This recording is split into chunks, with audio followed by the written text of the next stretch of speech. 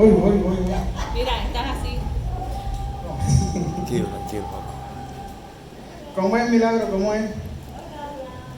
¡Hola! Ok. Mira. Y antes de empezar, algo que Silvet siempre me recuerda, que es muy importante. Todo el mundo con las Biblias en sus manos. No está ahí, pero ya no lo sabemos. Vamos, esta es mi Biblia, la palabra de Dios. Yo soy lo que ella dice que yo soy. Yo puedo, Tengo lo que ella dice que yo tengo. yo puedo hacer lo que ella dice que puedo hacer porque es la palabra de Dios. Mi mente está alerta, mi corazón está receptivo. Nunca más seré el mismo. ¿Y cómo dice Silvet? Nunca más seré el mismo. Muy bien. Amén. Entonces, como pueden ver, hoy vamos a hablar de la ansiedad y la crisis. Sería la continuación del mensaje de la semana pasada, que fue de la preocupación. Sí. Y durante la semana yo vi una noticia que para mí es bastante alarmante y tiene que ver con el mensaje de hoy. Dice: Salud reporta 85 suicidios de enero a junio. Y eso es aquí en Puerto Rico.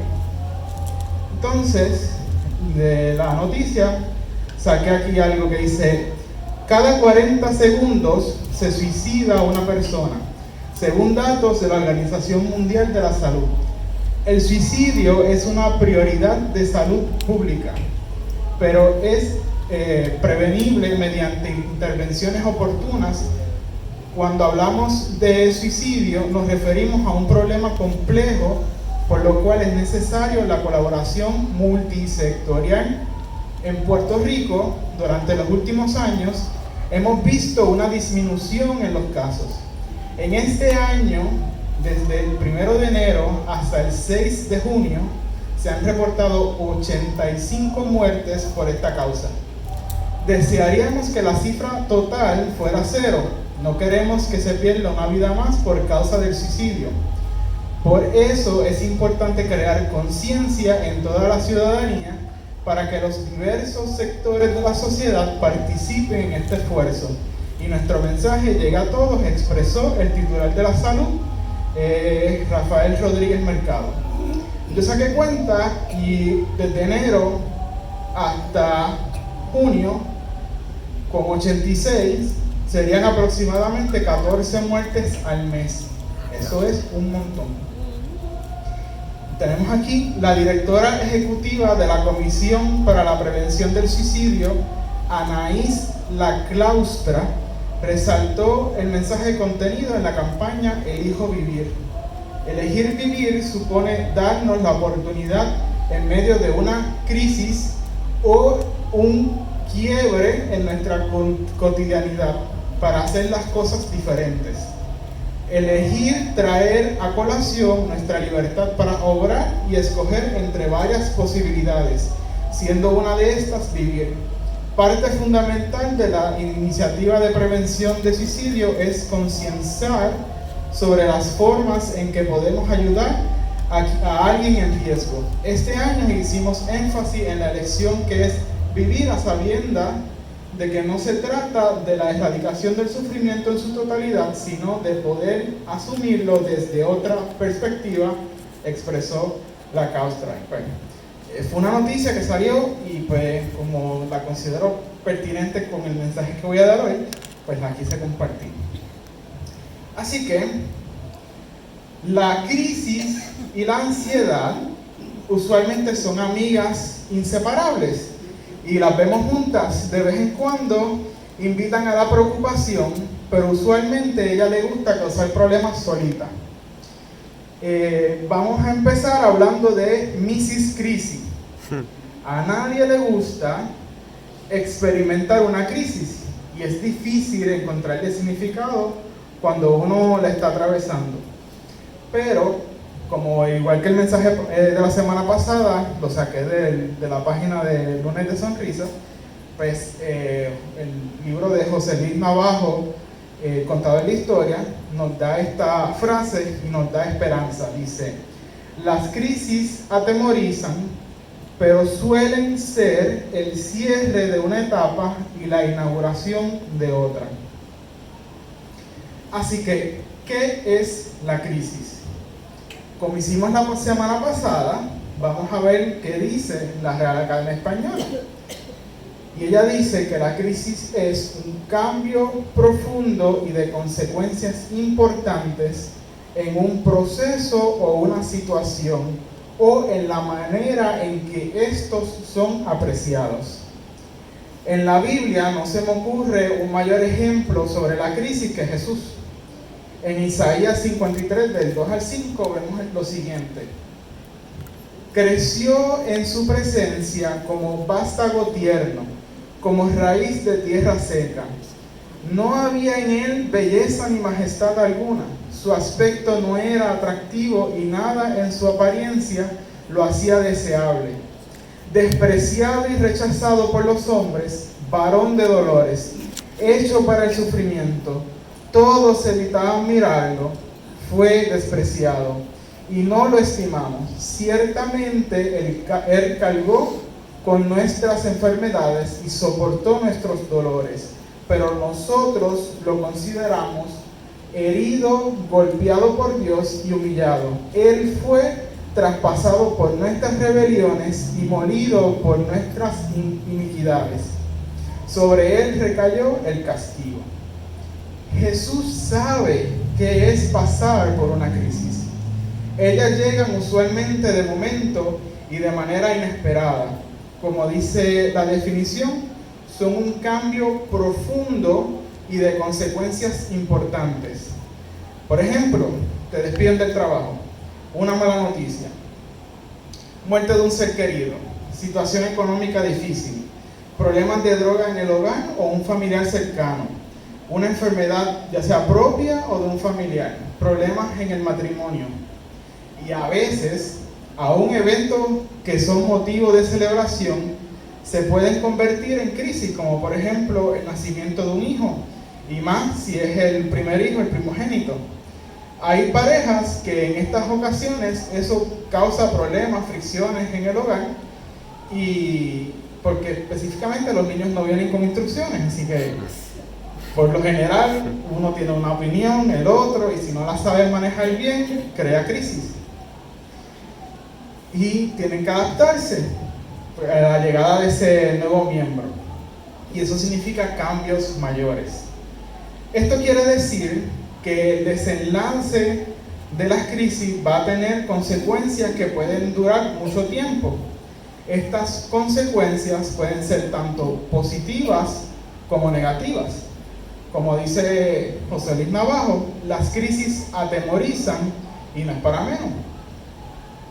Estamos hablando de eventos que tienen el potencial de cambiar nuestra forma de vida, pero debemos entender que esto es solo la primera etapa. La buena noticia es que las crisis no son permanentes. Tarde o temprano se van a resolver y van a dar paso a la siguiente etapa. En el momento en el que estamos justo en el medio de las situaciones, es muy difícil poder ver algo positivo o incluso llegamos a perder la esperanza de que en algún momento todo se va a solucionar. Hay una parte de la definición que me llamó la atención y es la que dice, o en la manera en que estos son apreciados. O sea, que eso quiere decir que es posible que la crisis llegue por pensar que algo está ocurriendo que realmente no es así. Como hablábamos la semana pasada, ese momento en que el jefe te llama a la oficina y tú piensas que es para darte un regaño. En ese momento la forma en que percibiste las cosas cambió y entras en crisis, pero no necesariamente es una crisis real. Y pues quería hacer esa distinción porque me parece muy importante. Hay veces que nos precipitamos y creamos crisis en nuestra mente que realmente no existen. Igual que como hablamos la semana pasada con la preocupación. Así que eso es lo que pasa antes y durante la crisis. Así que, ¿qué pasa luego de la crisis? Ten en mente la segunda parte de la frase para la próxima vez que atravieses por una crisis. Dice, suelen ser el cierre de una etapa y la inauguración de otra. Como mencioné antes, la crisis no es el destino, es simplemente parte del camino que hay que recorrer para poder llegar al otro lado. Hay un pedacito de Isaías 53:5 que dejé fuera a propósito ahorita y dice, precio de nuestra paz y gracias a sus heridas fuimos sanados. O sea que el sufrimiento y la crisis que pasó Jesús llegó a la etapa, o sea, abrió la puerta para nuestra paz y que gracias a sus heridas nosotros fuimos sanados. Amén, gloria a Dios. Y en Isaías 53, 11, 12 tenemos, después de su sufrimiento verá la luz y quedará satisfecho por su justo conocimiento. Mi siervo justo justificará a muchos y cargará con las iniquidades de ellos. Por lo tanto, le daré un puesto entre los grandes y repartirá el botín con los fuertes, porque derramó su vida hasta la muerte y fue contado entre los transgresores. Cargó con el pecado de muchos e intercedió por los pecadores. Y como mencioné, las crisis atemorizan, pero suelen ser el cierre de una etapa. Jesús cerró esa etapa y la inauguración de otra, y abrió la nueva, que es lo que estamos viviendo ahora, es el Nuevo Testamento, el Nuevo Pacto. Jesús pasó la mayor crisis de su vida, entregó su vida en la cruz, pero esa crisis no fue el destino final de Jesús. Su destino final era llevar nuestros pecados y nuestras enfermedades para que todos fuéramos salvos. Porque, como dice Juan 3:16, porque tanto amó Dios al mundo que dio a su Hijo unigénito para que todo el que cree en Él no se pierda, sino que tenga vida eterna. Los procesos de cambio casi nunca son agradables. Usualmente involucran un periodo de dolor, incomodidad e incluso sacrificio. Una vez ese proceso termina, podemos mirar atrás y ver lo mucho que hemos aprendido, crecido y la fortaleza que ahora tenemos gracias a que pasamos por ese proceso. Las crisis usualmente no las llamamos y llegan de forma inesperada, pero ten en cuenta que por más difícil que sea, siempre va a haber un luego de la crisis. Y ese es el momento en el que vamos a poder apreciar lo que pasó y darnos cuenta que estamos ahora en una nueva etapa y ese capítulo anterior ya cerró. Entonces se pensarán, ok, ya estás hablando de la crisis, pero ¿dónde está la ansiedad? No me he olvidado de la amiga y compañera que generalmente llega justo cuando estamos manejando la crisis. Quiero que vean esta frase que saqué del libro El Cincel de Dios, también de José Luis Navajo. Dice, descansa y confía. La ansiedad es capaz de mantenerte toda la noche despierto, pero la fe es magnífica almohada. Así que vamos rapidito a ver qué dice la Real Academia Española sobre la ansiedad. Dice, estado de agitación, inquietud o zozobra del ánimo. ¿Alguien alguna vez había escuchado esa palabra zozobra? Yo tampoco. Así que busqué qué significa zozobra y dice inquietud, aflicción y congoja del ánimo que no deja sosegar o por el riesgo que amenaza o por el mal que ya se padece. Así que como no me quedó todavía muy claro, una de las definiciones también decía acción de zozobrar. Así que busqué zozobrar y dice dicho de una embarcación peligrar por la fuerza y contraste de los vientos, o sea que la embarcación está ahí y los vientos y el mar no la dejan pasar. estar inquieto o desazonado por la inseguridad respecto de algo o por la incertidumbre sobre lo que conviene hacer. Ajá, ok, ahora me queda más claro. O sea, ¿qué significa estar ansioso? Dice, la definición que monté yo, dice, estar en un estado de agitación, inquietud por la inseguridad respecto de algo o por la incertidumbre sobre lo que conviene hacer. La ansiedad es inevitable. Todos en algún momento vamos a estar inseguros respecto a algo y muchas veces no sabemos qué nos conviene hacer. Pero como dice la frase de hoy, dice, la ansiedad es capaz de mantenerte toda la noche despierto. Y es verdad. Al sentir esa inquietud no logramos estar tranquilos y por lo tanto no logramos descansar y dormir. Nuestra mente sigue buscando otra solución y al no encontrarla sigue dándole vueltas al asunto. Realmente es una situación que llega al punto de desesperarnos. Así, ¿cómo vamos a manejar esa ansiedad? Para mí, el primer paso para aprender a manejar cosas que están fuera de mi control, ya sea la preocupación, la crisis o la ansiedad, es reconocer que no soy el único que pasa por ellas. Y aunque puedan durar mucho tiempo, van a pasar. Una vez reconozco eso, puedo enfocarme en qué cosas puedo hacer para resolverlas. En el caso de la ansiedad es un poco más complicado, porque usualmente es el efecto secundario de algún otro evento, y por eso quería tocar el tema de la crisis primero. Usualmente estar preocupado trae ansiedad, y de la misma forma estar en medio de una crisis trae ansiedad. Así que seguimos con el ejemplo de Jesús, y en Lucas 22 del 39 al 44 dice: Jesús salió de la ciudad y como de costumbre se dirigió al monte de los olivos, y sus discípulos lo siguieron. Cuando llegaron al lugar, les dijo: oren para que no caigan en tentación. Entonces se separó de ellos a una buena distancia, se arrodilló y empezó a orar: Padre, si quieres, no me hagas beber este trago amargo, pero no se cumpla mi voluntad sino la tuya. Entonces se le apareció un ángel del cielo para fortalecerlo.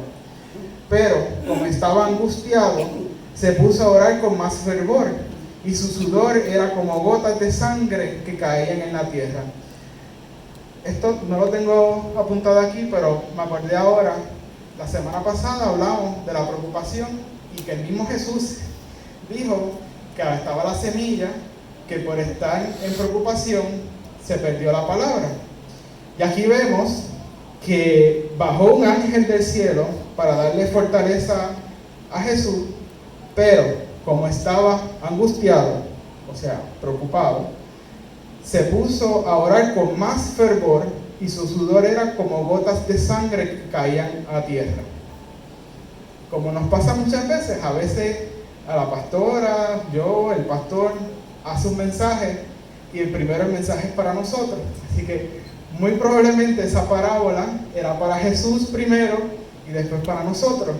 Y en este momento en específico me vino solamente, lo quise añadir. Quiero que entiendan esto. He usado el ejemplo de Jesús a propósito. Jesús estuvo preocupado, tuvo ansiedad y pasó por crisis. Él sabe lo que tú estás pasando, Él reconoce tu dolor. Es importante, como mencioné, entender que aunque tengamos que pasar un trago amargo, como menciona Jesús, no somos los únicos que estamos en esa situación. Y más aún, tenemos a un Dios que entiende por lo que estamos pasando y no se hace de la vista larga. En un mensaje que di hace mucho, usé de ejemplo a Jesús también. Y deja ver si sale. Carlos, pasa la... Y sí, no están viendo doble, ese soy yo. Es que un mensaje de los de después de María, que estábamos dando los mensajes aquí, yo también mencioné a Jesús en la cruz. Por ejemplo, en Mateo 27:46 dice, como a las 3 de la tarde, Jesús gritó con fuerza, Elí, Elí, lama sabactini. Dios mío, ¿por qué me has desamparado? En el peor momento de Jesús, él sentía que Dios lo había desamparado. La conexión que él tuvo desde que nació, por ese instante, él sintió que no estaba. Así nos pasa a todos cuando estamos pasando por tribulaciones, las fuerzas de la fe flaquean, María que acaba de pasar, nos pasa, sentimos débiles y solos. Llamamos a Dios y muchas veces lo que escuchamos es silencio. Pero si me permiten, y aunque la Biblia no lo dice, me gusta imaginar lo que estaba haciendo Dios en ese instante que Jesús se sentía desamparado. Y voy a abusar de la confianza de Manuel, que a mí no, acá. Sí, antes que se vuelva ahí. Gracias.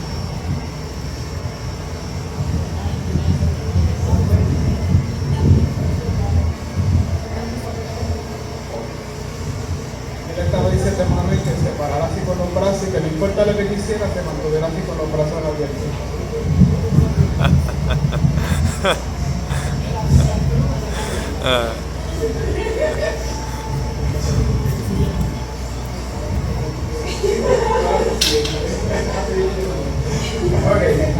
Okay. Pues imagínense la escena, ahí está Jesús gritando y Dios, me lo imagino así, abrazando a Jesús diciéndole, aguanta hijo mío, aquí estoy, un poco más, Amén. ya casi terminamos, aquí estamos. Amén. Él es Padre.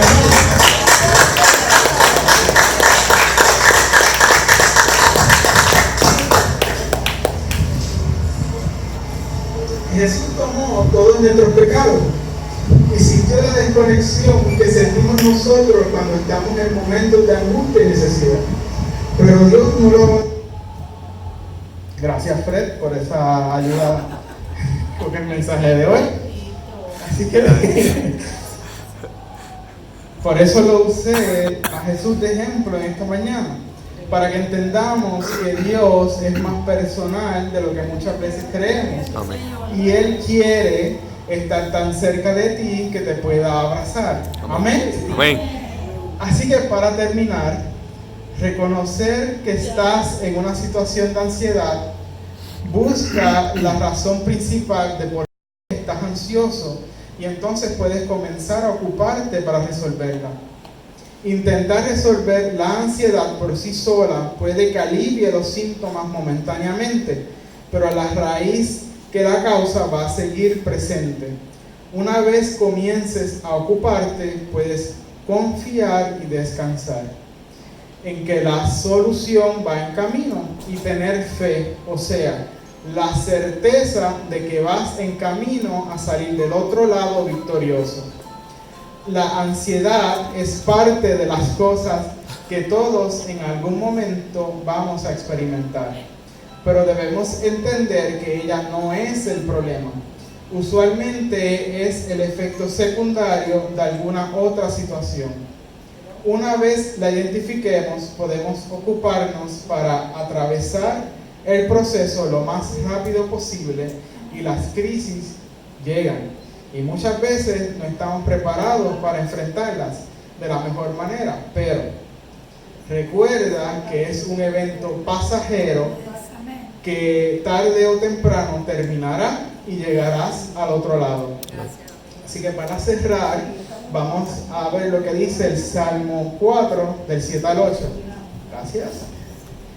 Dice, tú has hecho que mi corazón rebose de alegría, alegría mayor que la que tienen los que disfrutan de trigo y vino en abundancia.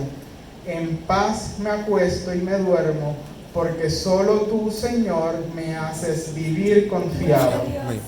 Así que las crisis y la ansiedad te pueden mantener despierto toda la noche, pero la fe y la certeza de que Dios te ama, está en control y tiene planes de bien y no de mal para ti son una excelente almohada, así que descansa y confía. ¿sí?